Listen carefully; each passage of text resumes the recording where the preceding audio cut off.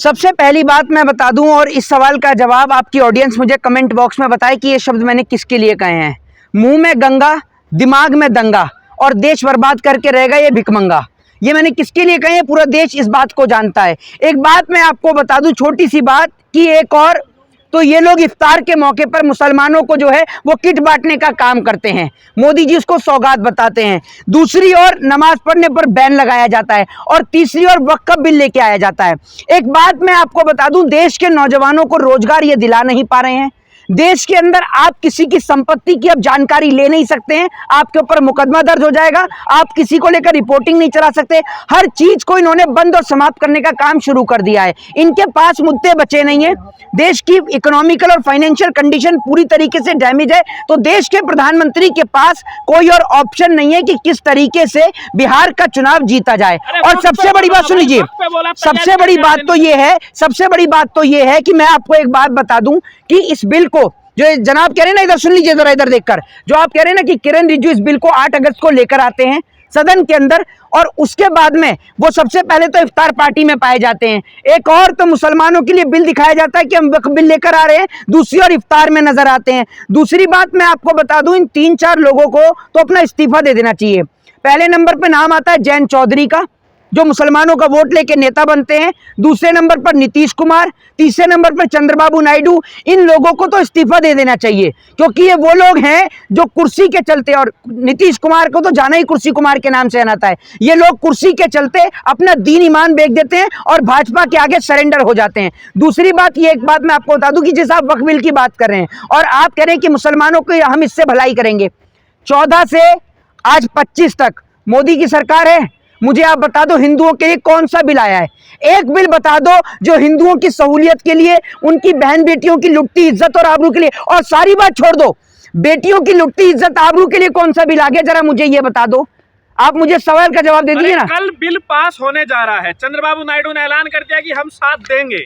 हाँ, तो वो तो साथ देंगे ही। चंद्रबाबू नायडू तो बिल्कुल साथ देंगे क्योंकि चंद्रबाबू नायडू को भी कुर्सी से प्यार हो गया। ये तो अब आप ये समझ लीजिए, ये बात तो जनता को समझनी चाहिए। जिस जनता ने चंद्रबाबू नायडू को वोट दिया ना, अगली बार उस चंद्रबाबू नायडू की जमानत को जब्त कर देना चाहिए, नीतीश कुमार की जमानत को जब्त कर देना चाहिए, क्योंकि ये लोग ऐसे लोग हैं जो इस देश में दंगा कराने पर आतुर हैं। मुझे ये बात समझ में नहीं आ रही है। वक्फ की जमीन का एकमात्र उद्देश्य सिर्फ सरकार जमीन को हड़पना चाहती है और क्या पता इनकी जमीनों को भी हड़प कर उद्योगपतियों के हवाले कर दे। लेकिन इन जमीनों से सरकार को कोई रेवेन्यू जनरेट नहीं हो रहा है, आम मुसलमानों का कल्याण नहीं हो रहा है। आपको पता है 9,40,000 एकड़ जमीनें हैं वक्फ के पास। एक बात आपको पता है, मुझे आपको यह बात पता है कि इस देश के अंदर उद्योगपतियों के पास कितनी जमीन है? जो जमीन किसानों से किस रेट पर खरीदी गई है आपको पता है?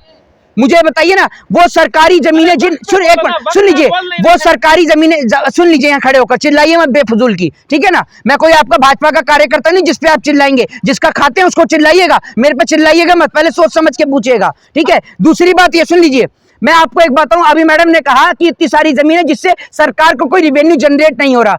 आप ये बता दीजिए, ऐसी बहुत सारी जमीन है जिन पे भाजपा का कार्यालय बना हुआ है और बहुत सारी जगह जिन्हों का अवैध रूप से कब्जा रखा है, उनसे कौन सा रिवेन्यू जनरेट हो रहा है? संसद में बोर्ड बन चुका है वक्फ बोर्ड। भाई आप मुझे नहीं, दूसरी बात, एक मिनट सुन लीजिए, मेरी बात सुन लीजिए। आज आपने नमाज पढ़ने पर बैन लगा दिया कि लोग अपनी छतों पर नमाज नहीं पढ़ सकते। कल को आपने अगर वक्फ की जमीन को ले लिया तो मुसलमान जाएंगे कहाँ? उनके पास तो कोई जगह नहीं बचेगी।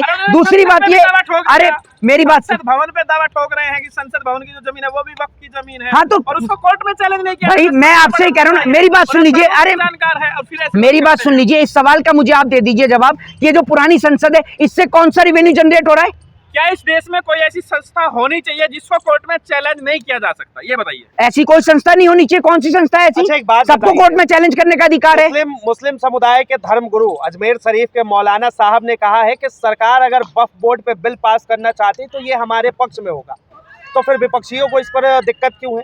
नहीं, मैं आपको एक बात बता रहा हूं, सबसे बड़ी बात तो यह है, विपक्षियों को कोई दिक्कत वाली बात नहीं है। एक बात आप मुझे बताइए, सरकार अगर सारी जमीनों को अपने अंडर कर लेगी, वो जमीन जो उनके पूर्वजों ने खरीदी है, भाई सरकार किस जमीन को अपना बता सकती है? या तो जिस जमीन का कोई वारिस ना हो, या सरकार को डोनेट की गई हो, या सरकारी जमीन हो, एमसीडी की हो, डीडीए की हो, या सरकारी जमीन हो, सरकार उसी को तो अपना कह सकती है। जिस जमीन को किसी भी जमाने में अगर किसी ने भी खरीदा है और खरीद खरीद कर अगर अपने पूर्वजों को डोनेट किया है तो उस जमीन पर तो सरकार का कोई राइट बनता ही नहीं है। मोदी जी, चंद मुसलमानों का कब्जा है वक्फ पे, आम मुसलमानों को फायदा नहीं पहुंच रहा है इससे। तो आप सारे मुसलमानों का सर्वे करके लेके आई हैं? गरीब मुसलमानों को इससे फायदा पहुंच रहा है। नहीं, एक बात नहीं, मुझे आप एक बात मुझे बताइए। रेलवे और सेना के बाद सबसे ज्यादा जमीनें वक्फ के पास है। भाई तो एक बात आप मुझे मेरी बात सुनिए ना, तो सरकार को जो जमीन वक्त के पास है, सरकार को और उनको पैसा देकर वहां पर कोई ऐसी चीज स्कूल कॉलेज अस्पताल बनवानी चाहिए जिसका फायदा तमाम लोग उठाएं।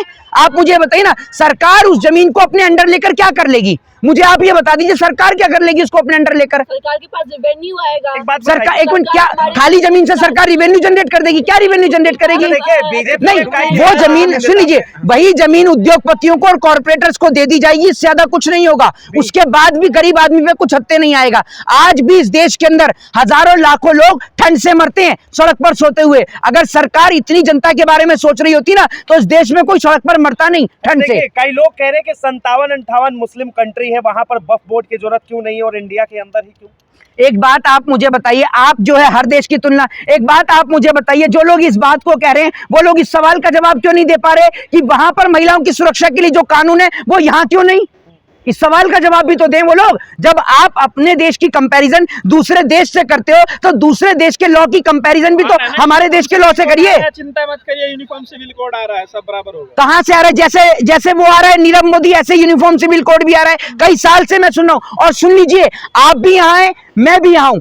इस वक्फ बोर्ड पर जितना हंगामा हो रहा है ना, आप मुझसे लिख कर ले लीजिए, इस वक्फ बोर्ड पर कोई इंप्लीमेंट नहीं होगा। जैसे CNRC पे कोई इंप्लीमेंट नहीं हुआ, जिस तरीके से किसानों का बिल आया, सिर्फ किसानों को मरवाने का काम सरकार ने किया। पता चल जाएगा मोदी है तो मुमकिन है। आप लोगों को समस्या क्यों होती है? जब सरकार कोई भी बिल लाती है तो आप लोग जो समस्या में आ जाते भाई हैं। एक बात आप मुझे बताइए, ये मुझे आप बता दीजिए, समस्या में हम नहीं है। सरकार इसके प्रॉफिट बता दे कि इसके प्रॉफिट क्या है, प्रॉफिट बता देना सरकार।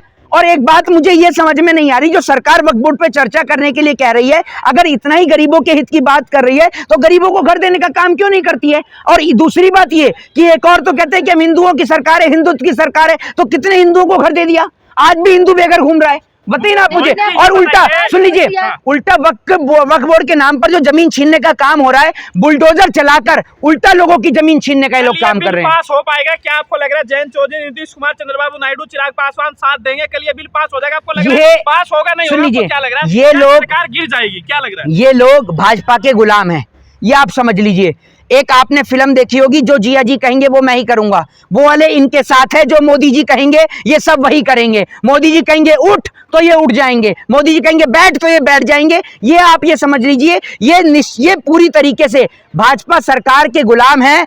चाहे चंद्रबाबू नायडू हो, चाहे नीतीश कुमार हो, चाहे जयंत चौधरी हो, ये सिर्फ मुसलमानों का वोट लेने का काम करते हैं। और मुसलमान ही नहीं, हिंदुओं का भी वोट लेने का काम करते हैं और उनके भी हक में नहीं बोलते। जब हिंदुओं की बहन बेटियों के साथ बलात्कार होता है उस मुद्दे पर भी नहीं बोलते। बिल पास हो जाएगा, शुभकामनाएं दे दीजिए देश को। नहीं, मैं आपको तो सुन लीजिए, जब तक सदन में, और दूसरी बात ये कि क्या पता विपक्ष को कल घुसने ही ना दिया जाए, ये भी हो सकता है। जब विधानसभा में MLA की रोक लगाई जा सकती है तो सदन में भी लगाई जा सकती है, कोई बड़ी बात नहीं है।